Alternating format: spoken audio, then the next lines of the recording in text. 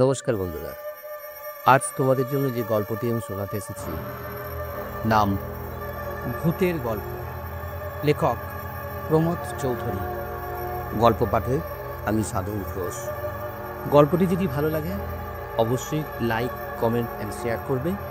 এইরকম আরও গল্প শুনতে আমার চ্যানেলটিকে অবশ্যই সাবস্ক্রাইব করবে। চলো শুরু করা যাক আজকের গল্প, ভূতের গল্প। আমি কখনো ভূত দেখিনি, আর যারা দেখেছেন তারা কি যে দেখেছেন তা বলতে পারেন না। তাদের কথা প্রায়ই অস্পষ্ট। তার কারণ ভূত হচ্ছে অন্ধকারের জীব, তার কোনো কাটা ছাটা রূপ নেই।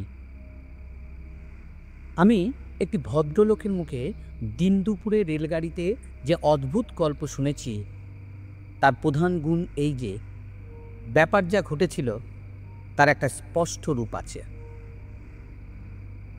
আমি তখন কলেজ থেকে বেরিয়ে রেল রাস্তার কন্ট্রাক্টারি কাজে ভর্তি হই। ওই ছিল আমার পৈতৃক ব্যবসা। আমি একবার পার্লাকিমেরি যাচ্ছিলাম। পার্লাকিমেরি কোথায় জানেন? জানেন না? গঞ্জাম জেলায়। বিএনআর এর বড় লাইন থেকে পার্লাকিমেরি পর্যন্ত যে ফ্যাকড়া লাইন বেরিয়েছে, সেই লাইন তৈরির কন্ট্রাক্ট আমরাই নেই। আর তারই হিসেব নিকেশ করতে সেখানকার রাজার ওখানে যাই। গাড়ি যখন বীরহামপুর স্টেশনে পৌঁছল তখন বেলা প্রায় 11টা। ওই 11টা বেলাতেই মাথার উপরে আর চারপাশে রোদ এমনই খাঁ খাঁ করছিল যে কলকাতার বেলা 2-3টেতেও অমন চোখ ঝলসানো রোদ দেখা যায় না। এরকম আলোয় পৃথিবীতে অন্ধকার বলেও যে একটা জিনিস আছে তা ভুলে যেতে হয়। গাড়ি স্টেশনে পৌঁছতেই একটি হৃষ্টপুষ্ট বেটেখাটো সাহেব এসে কামরায় ঢুকলেন। তিনি যে একজন বড় সাহেব তা বুঝলুম তার উর্দি পরা চাপরাশিদের দেখে। দু একটি বাবুও সঙ্গে ছিলেন, মার্জাজি কি উবে চিনতে পারলুম না, কিন্তু তাদের ধরন ধারণ দেখে বুঝলুম যে তারা হচ্ছেন সাহেবের অফিসের কেরানি। কারণ তারা সাহেবের জিনিসপত্র সব গাড়িতে উঠল কি না দেখতে প্ল্যাটফর্মময় ছোটাছুটি করছিলেন, আর মধ্যে মধ্যে কুলিদের পিঠে ও মাথায় চটচাপটা লাগাচ্ছিলেন। অবশেষে গাড়ি ছাড়ল। প্রথমে সঙ্গীটিকে দেখে আমার একটু অস্বস্তি বোধ হচ্ছিল, কারণ তার চেহারাটা ঠিক বুলডগের মতো। তার উপর তার মুখটি ছিল আগা গোড়া সিঁদুরে ল্যাপা। আমি ভাবলুম রোদে তেতে মুখ এরকম লাল হয়ে গেছে। 5 মিনিট পরেই হুইস্কির বোতল খুলে একটি গ্লাসে প্রায় 8 আউন্স ঢেলে তার সঙ্গে নামমাত্র সোডা সংযোগ করে এক চুমুকে তা গলাধ্যকরণ করলেন। তারপর ঠোঁট চেটে আমাকে সম্বোধন করে বললেন যে, উইল ইউ হ্যাভ সাম? আমি বললুম, নো নো।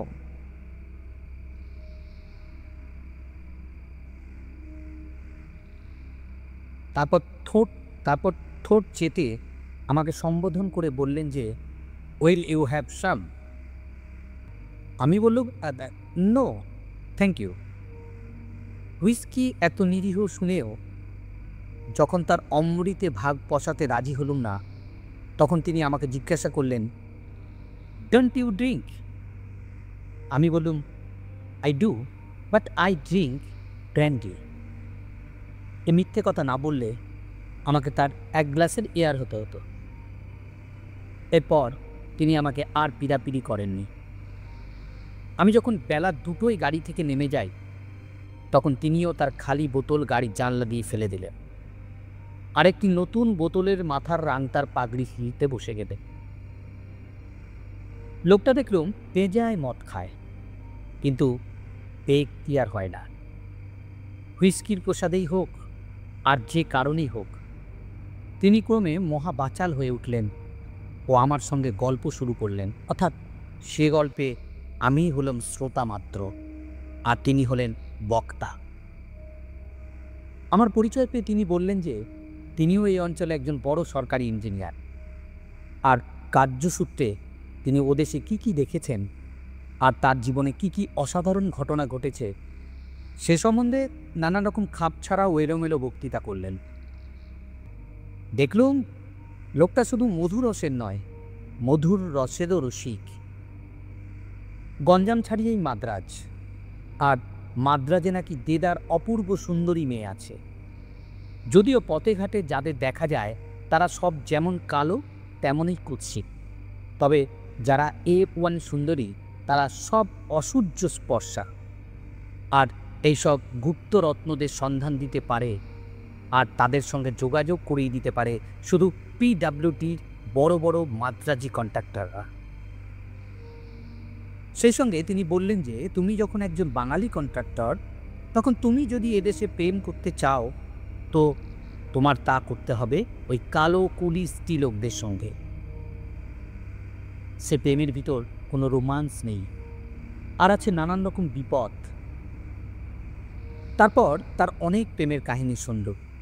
দেখলুম ভদ্রলোকের জীবনে যা যা ঘটেছে সবই রোমান্টিক, কিন্তু তার বর্ণনা বিষম। সেসব মাদ্রাজি হেলেন ক্লিওপেট্রাদের কথা সত্য কিংবা সাহেবের সুরা স্বপ্ন তা বুঝতে পারলুম না, কিন্তু তার একটি গল্প সত্য বলেই মনে হলো, আর আজ সেটিই বলবো। গল্প সাহেব বলছিলেন ইংরাজিতে, আর আমি বলবো বাংলায়। আমি তো আর কিপলিং নই যে মাতালের মুখের ভূতের গল্প দা কাটা ইংরেজিতে আপনাদের কাছে বলতে পারবো। ইঞ্জিনিয়ার সাহেবের কথা। আমি যখন বিলাত থেকে চাকরি পেয়ে প্রথম এদেশে আসি, তখন এই অঞ্চলের একটি জঙ্গলের জায়গা হলো আমার প্রথম কর্মস্থল।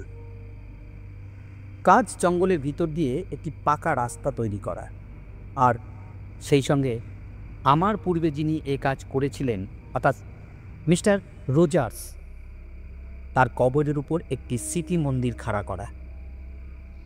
এখানে চাকরি করতে এসে নাকি অনেক ইঞ্জিনিয়ার আর বাড়ি ফেরেনি, কবরের ভিতরে চলে গেছে। আমি কত খেটে কত ঘোড়ায় বহু কষ্টে কর্মস্থলে উপস্থিত হয়ে দেখি চারপাশে শুধু ঘোর জঙ্গল, আর মাঝে মধ্যে ছোট ছোট ন্যাড়া পাহাড়, আর যেখানে একটু সমান জমি আছে সেখানেই 2-4 ঘর লোকের বসতি।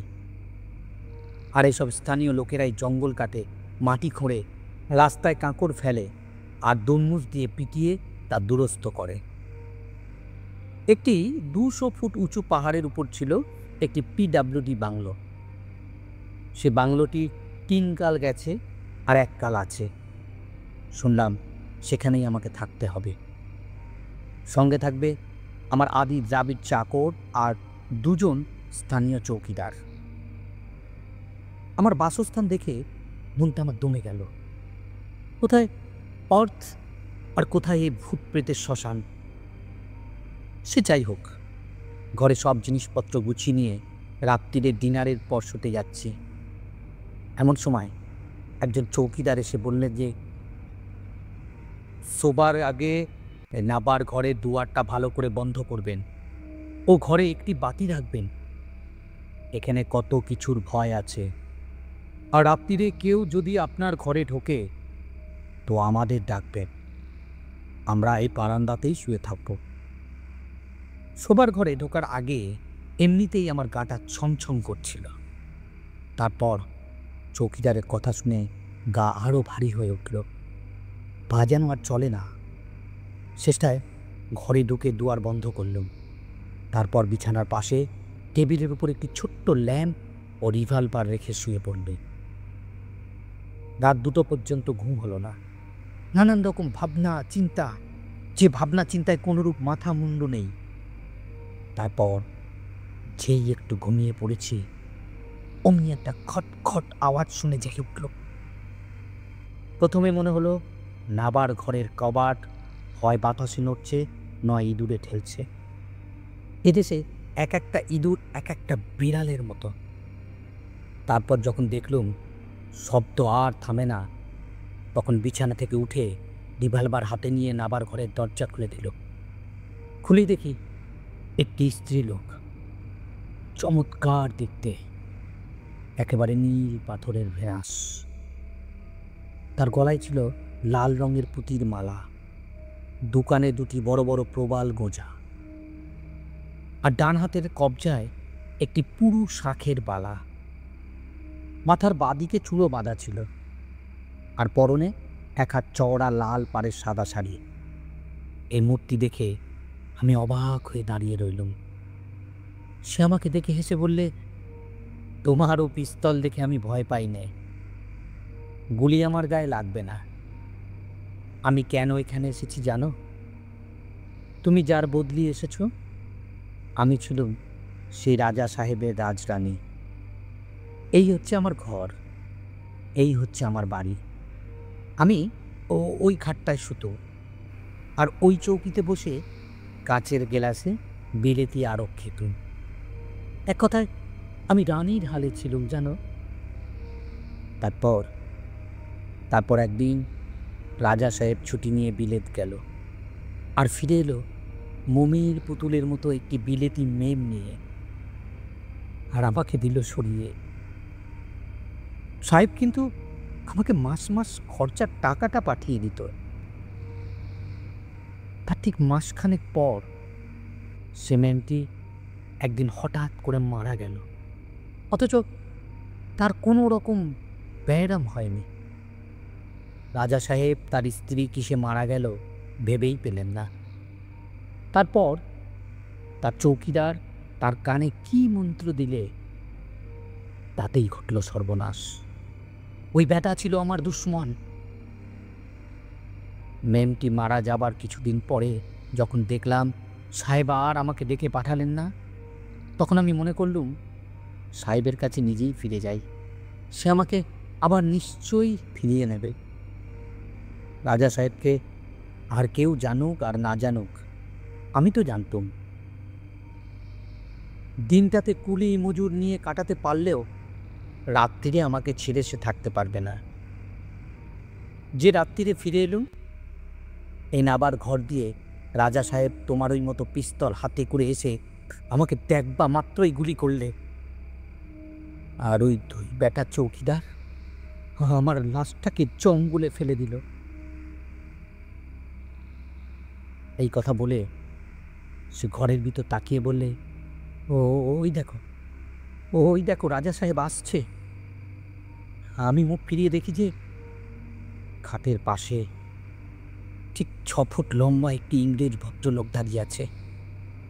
মরা মানুষের মতো তার ফ্যাকাশে রং, আর শরীরে আছে শুধু হাড় আর চামড়া। আর খাটে ধপধপে কাপড়ের মতো সাদা একটি ইংরেজ মেয়ে মৃত্যুশয্যায় শুয়ে আছে। ইংরেজ ভদ্রলোকটি আমাকে দেখে বললে, ওই পিশাচি এখনো মরেনি, ও এখনো বেঁচে আছে। ওই আমার স্ত্রীকে বিষ খাইয়ে মেরেছে। নতুন সাহেব এসেছে শুনে ও আবার এখানে এসেছে, আবার তার কাঁধে ভর করতে, আর ভর ও নিঘাত করবে, কারণ ও জাদু জানে। ওর হুইস্কির চাইতেও সাদা চামড়ার উপর টান বেশি। আর তুমি যদি ও রূপের আগুনে পুড়ে মরতে না চাও, তবে এখনই ওকে গুলি করো। না, আমি ওর স্ত্রীকে মারিনি, ওই আমাকে মেরেছে, তারপর নিজে মদ খেয়ে মরেছে। সাহেবটি আবার আমাকে বললেন, আমার কথা শোনো, ছোড়ো তোমার রিভলভার, আর দেরি নয়। এইসব দেখে শুনে ভয়ে আমার গায়ে রক্ত হিম হয়ে গিয়েছিল, আর আমি একবারে হতবুদ্ধি হয়ে পড়েছিলাম। তাই আমি না ভেবে চিনতে রিভলভার ছুড়লুম। সঙ্গে সঙ্গে হুইস্কির বোতল মেঝে পড়ে চুরমার হয়ে গেল, তার বাতিটাও নিভে গেল। গোলমাল শুনে চৌকিদারা লণ্ঠন হাতে করে হুড়মুড় করে ঘরের ভিতর ঢুকে পড়ল। আমি তাদের বললুম যে ঘরে চোর ঢুকেছিল, তাই আমি পিস্তল ছুঁড়েছি। তারা একটু হাসলে। তারপর সমস্ত বাড়ি আর তার চারপাশ খুঁজে কেউ দেখতে পেলেন না। তারপর থেকেই আমি আর একা শুতে পারি না। শুলেই ওই বুলু ভেনাস আমার চোখের সম্মুখে এসে খাড়া হয়, আর আমি অমনি ভয়ে আড়ষ্ট হয়ে যাই। অবশ্য এখন আর সে আসে না, কিন্তু তার স্মৃতিই আসে তার রূপ ধারণ করে। এরপর সাহেব এই বলে তার বলা শেষ করলেন যে শেষটায় যাতে একা শুতে না হয় তার জন্য বিয়ে করলুম। আমার স্ত্রী ঘোর খ্রিস্টান ও সম্পূর্ণ নির্ভীক। সে ভূতে বিশ্বাস করে না, করে শুধু ভগবানে। আর আমি ভগবানে বিশ্বাস করি নে, কিন্তু ভূতে করি। আমরা ইঞ্জিনিয়াররা সব সায়েন্টিফিক মেয়ে, ধর্মে রূপকথা হেসে উড়িয়ে দেই, আর শুধু তাই বিশ্বাস করি যার প্রত্যক্ষ প্রমাণ আছে। এইসব কারণে এই গল্প আমি মুখ ফুটে আমার স্ত্রীর কাছে বলতে পারিনি, এই ভয়ে যে আমার কথা সে হেসে উড়িয়ে